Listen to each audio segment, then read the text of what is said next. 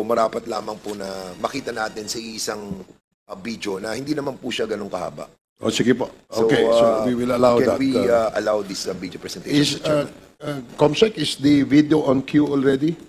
Okay, sige. Please show the video. Salamat. Thank you. Thank you, Congressman Fernandez. Later, we will entertain all the manifestations after the video is shown. Congressman Plato. Thank you. Thank you.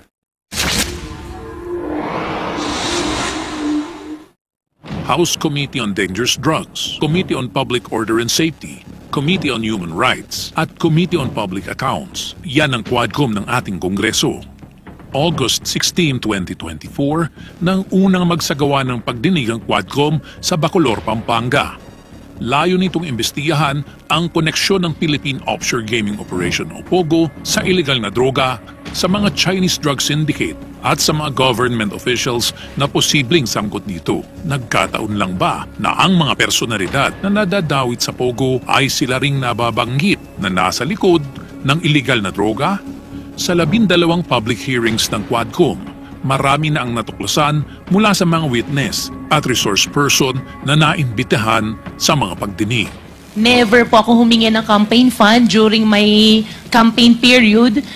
How will you now tell us and convince the Filipino people na ikaw ay hindi spy at ikaw ay hindi involved dito sa POGO? Ang biological mother ko po ay isang Filipina. Ako po ay Filipino passport holder. Matapos mapatunayang si Bamban-Tarlac Mayor Alice Go at ang Chinese na si Go Waping ay iisa, tuluyan nang ipinakansela ng Office of the Solicitor General ang birth certificate ni Mayor Go. Pumatay kami ng inosente. I received a call from the President, Rodrigo Roa Duterte. He needed someone capable of implementing the war on drugs. Congrats, Superintendent Padilla. Job well done. Pero grabe yung ginawang dinuguan. Ang tumawag sa akin ay dating President Rodrigo Roa Duterte. Kung mayroong baril na ginamit ang mga nanlaban at tunay na nanlaban sila, then, Mr. Chair, let it happen today. Let it happen in this Quadcom. Let us call the directors of operations and ask ilang baril ang naroon sa kasalukuyan. Then we would know kung ilan po ang tunay na nanlaban. Wala rin pong napakitang ebidensya na nagsasabi ng katotohanan na nanlaban po yung bata. Wala pong mga barilang mag-ama ko. Halos nakalood na po yung mag-ama ko noong time na yun. Paulit-ulit po kami nagmamakawa. Pero pinaslang pa rin po yung mag-ama ko. So can the former president look them in the eyes and say once more that he takes full legal responsibility for the deaths of their loved ones? Correct. Very correct. I had to issue or make a policy statement. Ako ang nagbigay ng order kasi ginawa nila illegal or legal, akin yun. Thank you, Mr. Chair. I take full responsibility for it. Sana ang nadanasan naming paghihirap na durog, persecution, trauma, at saka walang-wala ay hindi po mararanasan ng iba. Sinabihan niya ako na aminin mo na sangkot ka sa kalakaran sa droga dito sa Pilipinas. Idawit ko si Peter Lim at si Laila de Lima. There is a clear conspiracy. And when it comes to conspiracy, the act of one is the act of all. Jimmy, pag binanggit mo ang pangalan na to, mamamatay ka. Si Pulong, si Mans, si Michael Yang. Ginawa niyang joint account yung kanyang anak na si Vice President Sara Duterte. That would explain kung bakit protektado si Michael Yang kahit na may report itong si Colonel Asierto. Will the former president be okay that if we draft the waiver now, that it be signed today instead of tomorrow? Will you be fine with that, Mr. President? Anong kapalit, sir? Hindi. Sampaling ko siya sa publiko. Hindi, wala naman. Hindi, ngayon na. Wala pong ganunan. I'll give you, sasampaling ko sa Chairman. Session suspended. Session suspended.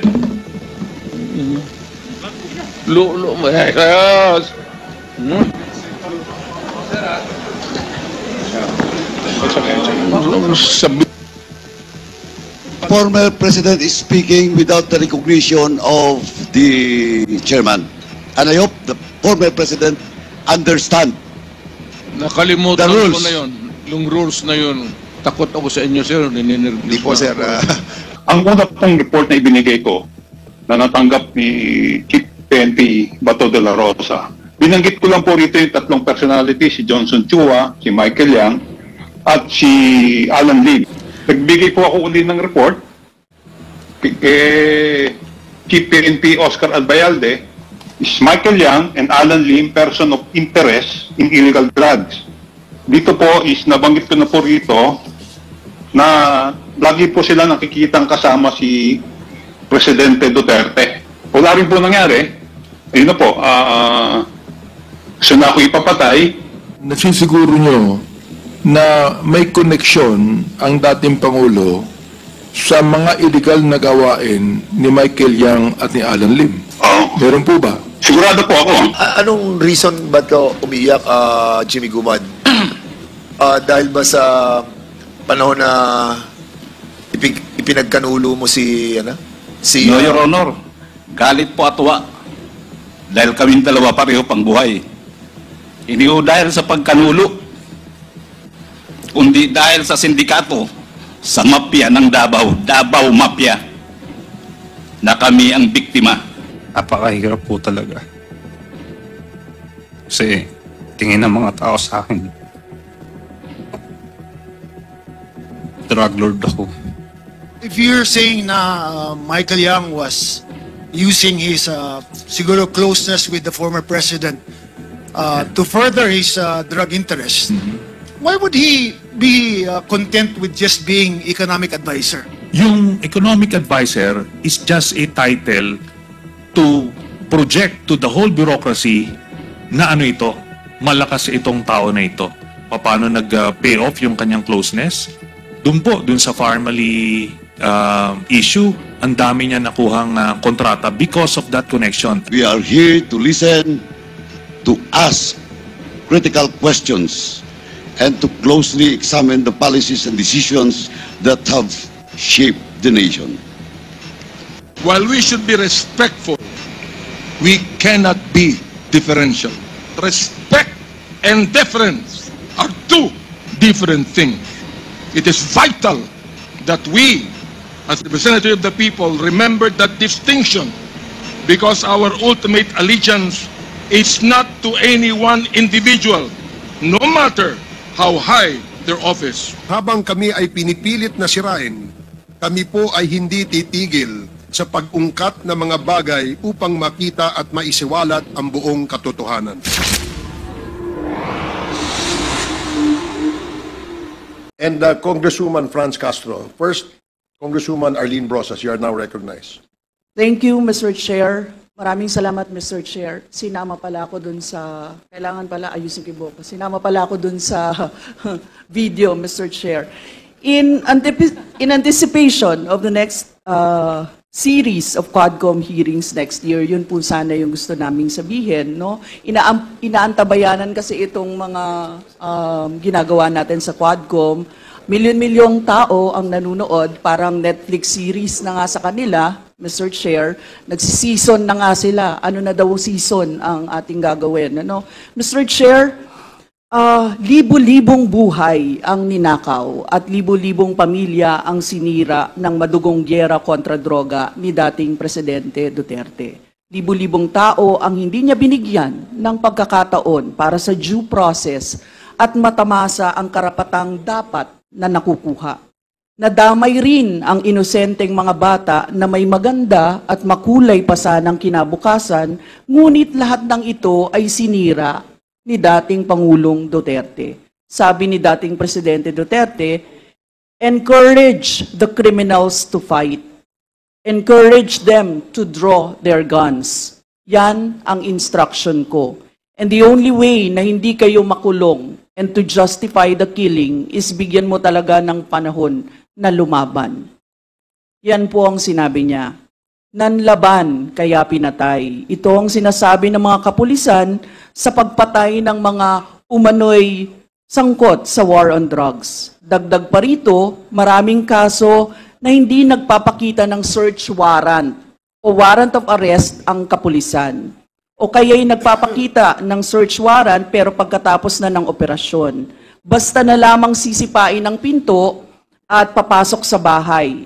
Sasabihin na dumapa, ihihiwalay ang ibang kapamilya, saka papatayin ang hinihinalang sangkot sa droga.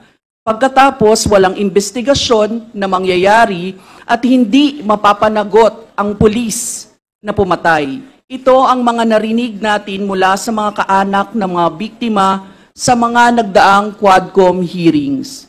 Pero Mr. Chair, hindi lamang sa mga biktima ng war on drugs natin nakita ang ganitong kalakaran. Noong March 5, 2021, sa isang meeting ng Joint National Task Force, Regional Task Force to End Local Communist Armed Conflict sa Cagayan de Oro, sinabi ni dating Pangulong Duterte, I've told the military and the police that if they find themselves in an armed encounter with the communist rebels, kill them. Make sure you really kill them and finish them off if they are alive. Forget about human rights. That's my order. I'm willing to go to jail. That's not a problem. Yun po ang sinabi niya. March 7, 2021, 2 araw pagkatapos nito, mga 5:05 ng umaga, 5 a.m., habang tulog ang mga tao, sabay-sabay na nagsagawa ng operasyon ng kapulisan at militar sa Cavite, Laguna, Rizal at Batangas. Nagresulta ito sa pagpaslang sa 9 na aktivista, mga taong ipinaglalaban ang nakabubuhay na sahod, desente, maayos at regular na trabaho, paninirahan at iba pang batayang karapatang natatamasa ng bawat Pilipino. Tinagurian ang serye ng mga pagpaslang na ito na Bloody Sunday Massacre. Mr. Chair, noong nangyari ito, ang Philippine National Police Chief ay si Debold Sinas, habang ang isa sa mga Davao Boys na si Police Colonel Lito Patay ang kasalukuyang head ng PNP CIDG Regional Field Unit sa Region 4A noon. Sa ilalim din ng panunungkulan nila, nagkaroon ng malawakang pag-apply at pag-aproba ng search warrants, kung saan 42 sa 63 search warrants na na-file sa Manila RTC ay naaprubahan, habang 4 sa 9 na search warrants na na-file sa Antipolo RTC ay naaprubahan din. Sila ang parehong pulis na involved sa pagpapatupad ng war on drugs ni dating Pangulong Duterte, na mayroon ding malaking gampanin at pananagutan sa serya ng mga operasyon na kumitil sa 9 na aktivista at human rights defenders sa Timog Katagalugan. Parehong naratibo sa mga biktima ng war on drugs, nanlaban ang mga biktima ng Bloody Sunday Massacre. Ganon daw kaya sila pinatay. Nagpakita ng search warrant ang mga kapulisan at militar, pero walang search na naganap. Bagkus, pagpatay ang agad nilang ginawa. May isang kaso pa na kinaladkad ang mga biktima sa address na nakalagay sa search warrant at doon sila pinatay. Hanggang ngayon, nananawagan pa rin ng hustisya ang kaanak ng mga biktima. Mamaya siguro, Mr. Chair, pakinggan natin ang mga kwento nila kasi narito po si Lizelle Asuncion, ang wife ni Manny Asuncion, si Rosenda Lemita, ang nanay ni Ana Marie Chay Evangelista at mother-in-law ni Ariel Evangelista. Pareho po silang biktima o pinatay noong Bloody Sunday Massacre. Mahalagang mapag-usapan natin ito sa Quadcom hearing kung paanong ang modus sa war on drugs ni dating Pangulong Duterte ay ginamit din sa extrajudicial killings sa mga taong ipinaglalaban lamang ang kanilang karapatan. Mahalaga rin na marinig ang kanilang boses at malaman ang kanilang mga kwento. Maraming salamat, Mr. Chair. Thank you, Congresswoman Brosas. After the manifestations, tayo po ay pupunta sa admin matters. But we will recognize Congressman Salvador Pleito for his manifestation. Please make it short. You are now recognized. Thank you, Mr. Chair. Maiksi lang, may very short statement as summary sa mga nabanggit ng ating mga chairman. Mr. Chair, honorable colleagues and distinguished guests, at the outset, let's give ourselves a very big round of applause for a heroic job well done. Although those who are against us, we receive sneers, mocking us, worse, insulting us, and cursing us. But majority of the Filipinos, Mr. Chair, especially those without access to right information, they are applauding us as well. Kung wala ang Quadcom, hindi malalaman ng taong bayan ang mga nangyari nung nakaraan sa mga pugo, ang walang pakundangan patayan sa extrajudicial killings. Kung wala ang Quadcom, hindi malalaman ng taong bayan ang nangyayari sa mga pugo, ang mga tinatawag na heinous crimes na may patayan, may kidnapping, may illegal detention, human trafficking, torture, illegal gambling, and worse, may rape or molestia sa mga kababaihan na walang kalaban-laban. Kung wala ang Quadcom, hindi malalaman ng taong bayan, maraming dayuhan at may mga birth certificates pa na nagpapanggap na Pilipino na nagsasamantala sa ating mga kababayan. Sa dami na naganap at naging bunga ng ating masidhing pagtupad sa ating sinumpaang tungkulin, hindi ko na lahat may lahad ang mga bunga ng ating nagawa dito sa Quadcom at nasaksihan at napanood ng ating mga mahal na kababayan. But Mr. Chair, my honorable colleagues, let us not congratulate ourselves. But the honor is rightfully given to His Excellency, President Ferdinand Bongbong Marcos, when he personally directed in his SONA to end the operations of these POGOs and the illegal internet gaming licenses operations. And equally important, Mr. Chair, my honorable colleagues, the honor is given to our honorable House Speaker, Martin Romualdez, for his steadfast and resolute leadership when he created the Quadcom Committee, working together in one direction to search and validate the truth beyond the operations of this POGO and LGLs. Again, Mr. Chair, my colleagues, the distinguished guests, I'm deeply honored to be a part of this history in the making. Let history judge us on what we have done. Congratulations, mabuhay tayong lahat. Maraming salamat, Congressman Salvador Pleito, for that wonderful manifestation. The next to Congressman Bong Teves will deliver as well his manifestation. You are recognized. Mr. Chair, I would like to finish and clear one of my statements last Quadcom. This is with regard to my final question to former President Rodrigo Duterte. When I asked him if nagkamali ba siya pagtawag kay former Senator Laila de Lima na Queen of all drug lords. Meron po tayong pakikitang video. Baka pipit.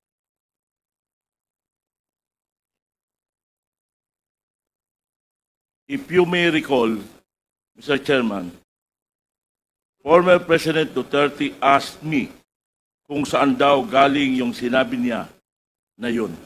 Kaya po, ayan po sa ating video yung pinanggalingan ng aking sinabi. Bigyan daw siya ng recording or article. Kaya ayan po ang article.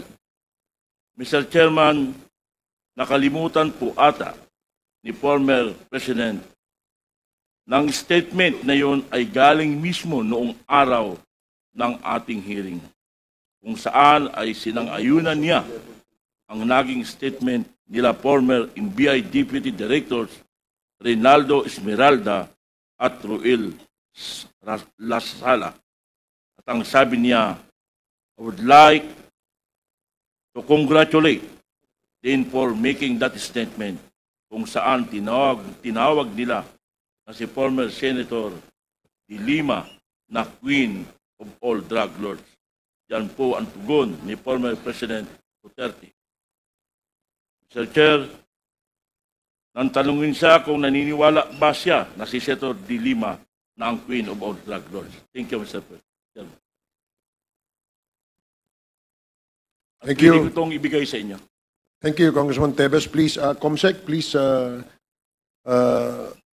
get the documents from Congressman Bong Tevez. So, the next to deliver her manifestation is Congresswoman Franz Castro.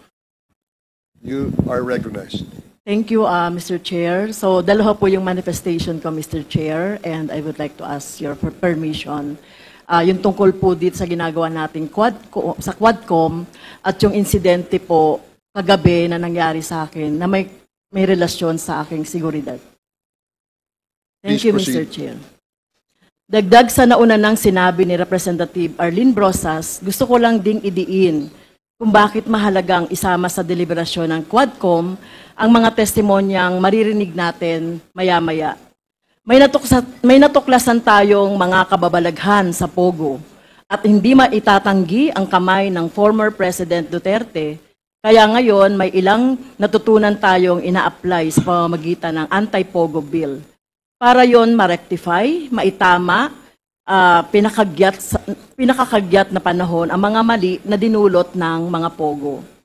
Sa iba pero konektadong issue, may natuklasan din tayong mga abuso at illegal practices, modus operandi ng mga pulis at law enforcement institution sa mga kaso ng Tokhang, EJ case na narinig natin.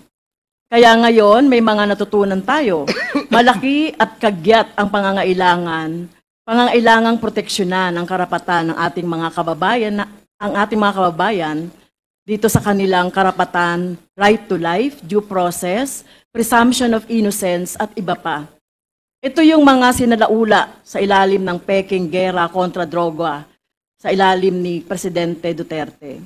Pero kaalinsabay ng peking kontra droga, may nilunsad ding isa pang peking gera na actually ginagawa sa mga aktivista hanggang ngayon. Ang peking gera kontra insurhensya. Sa counter-insurgency program ng gobyerno, Mr. Chair, yung mga modus ay ginagamit sa Tokhang killings, lahat ng mga pinagsususpetsahang drug personalities. Yung linyang nanlaban, yung may search warrant kuno, na batay naman sa gawa-gawang kaso, yung kunwaring buhay pa pero patay nang dadalhin sa ospital para hindi masilip yung AGK na ginawa nila, ay ginagamit din laban sa mga aktivista, sa mga leader at miyembro ng mga organisasyong may mga buhay na laban para sa hanap buhay, kaligtasan ng mga komunidad nila sa mga ordinaryong tao na tumitindig para sa issue ng sikmura at issue ng bansa. Sila ay mga biktima ng EJK o extrajudicial killings at iba pang mga human rights violations sa ilalim ng peking gera kontra insurhensya. Walang pinagkaiba sa mga biniktima sa ilalim ng peking gera kontra droga. Kung ang pretext ng maraming Tokhang killings ay ang walang batayan at di mapatunayang claim na drug personalities, yung mga pinatay, ang pretext sa EJK sa mga aktivista and critics ay walang batayan at di mapatunayang bintang na mga NPA daw sila, mga recruiters sila, mga communist fronts, yung kanilang mga organisasyon. Naniniwala kami, Mr. Chair, na hindi dapat natin isara ang super committee na ito ang taon ng hindi natin nasisilip ang mga kwento ng ilan sa mga biktima ng peking gera kontra insurhensya. Maraming ganito noong nakaraang administrasyon gaya ng Sempo sa Negros, masaker ng mga tumandok o Plansauron na, for the record, Mr. Chair, ay same masterminds ng drug war EJK na pinosisyon ng PNP, CIDG at iba pa. Pero nagsimula po tayo sa kaso ng EJ case ng 3 minasaker na sa isang Bloody Sunday noong 2021 sa Calabar Zone. Andito po, Mr. Chair, inilibatahan ng committee ang mga kaanak nila. It is our plea, Mr. Chairs, that in the corrective legislation the House is fashioning right now, such as the Anti-EJK Bill and Human Rights Violation, Victims Reparation, and Recognition Act, that this representation is soon to file. We consider the inputs of our resource persons because their inputs are born from the ultimate sacrifices of their loved ones. Hindi po natin nais na maulit na may mabubuting mga mamamayan na nakikipaglaban para sa kapwa Pilipino na aatakihin, papatayin para lang sila patahimikin at para takutin ng komunidad, ang mga komunidad at taong bayang pinagsisilbihan nila, Mr. Chair. Maraming salamat. Yung second po na i-report ko po, Mr. Chair, ito po ay personal and collective privilege dahil may kinalaman po sa aking seguridad. So, kagabi po, Mr. Chair, mga bandang 11 o'clock o 11 p.m., nasaksi po tayo doon sa isang insidente na pagpaputok ng baril ng pulis. So, binabagtas po namin, ewan ko pa lang po kung main road ito ng BGC, meron pong pulis sa harap namin, police car, at merong dumaan na naka-motorbike sa harap namin hanggang sa lumabas po yung police, Mr. Chair, doon sa mobile car po. Lumabas po yung dalawang police at hinabol po yung naka-motorbike at yung pong naka-motorbike ay dumaan sa harap namin hanggang doon pumunta sa likod. At nagulat po ako, Mr. Chair, pinaputukan ng isang police yung naka-motorbike. So hindi namin alam kung anong insidente ito, ano ba itong mga naka-motorbike na ito. Talagang natakot po ako, Mr. Chair, at kinihila na lang po ako ng aking mga kasamahan at pinadapa, at pinayuko, pinadapa. Natakot po ako, Mr. Chair, dahil bakit po nagkakaroon ng ganitong insidente na sa gitna ng traffic, Mr. Chair, ay nagpapaputok ang pulis. So tingin ko po ay hindi tama ito dahil sa gitna po ito ng mga sibilyan at traffic po ito at marami pong sasakyan. So, naalala ko po, Mr. Chair, yung insidente na naganap noong 6 years ago sa Talaingod, na kung saan, nandun po kami sa isang lugar sa Talaingod, ay pinaputukan din ang sasakyan ko ng dalawang riding in tandem. Kaya po, sana po ay, magkaroon tayo ng report, lalong-lalo na po dito sa station ng police, na sumasakop po sa BGC, kung ito po ba ay legitimate na operation. Pero hindi po dapat nagpapaputok sa harap ng mga civilian. Alam ba nila na nandoon po ako? Sa gitna po nagpaputok, hinabol sa likod.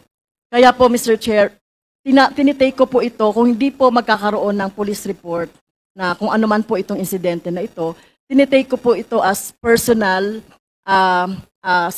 threat sa aking seguridad. Dahil alam niyo naman po, Mr. Chair, di ba, minsan na po akong pinagbantaan ng dating presidente Duterte at sa araw-araw na pagsasalita din ng Vice President Sara Duterte ay ako ay sinisingle out. Kaya po, Mr. Chair, gusto ko po sana na magkaroon na ng full incident report or police report sa nangyari kahapon doon sa BGC. At maituring po ito na makonsider itong serious. Dahil siguro tayo po, ako tinitignan ko rito na may kinalaman sa aking trabaho dahil alam niyo naman po ako yung very vocal doon sa pagsasalita sa mga committee, sa Quadcom, sa Good Government. Kaya po sana po ay mapatawag natin ang station commander, i-report itong insidente na ito at yung dalawang pulis, yung isa doon ay nagpaputok. So hindi dapat nangyayari yan. Lalong-lalo na sa gitna ng mga civilian, Mr. Chair. Okay.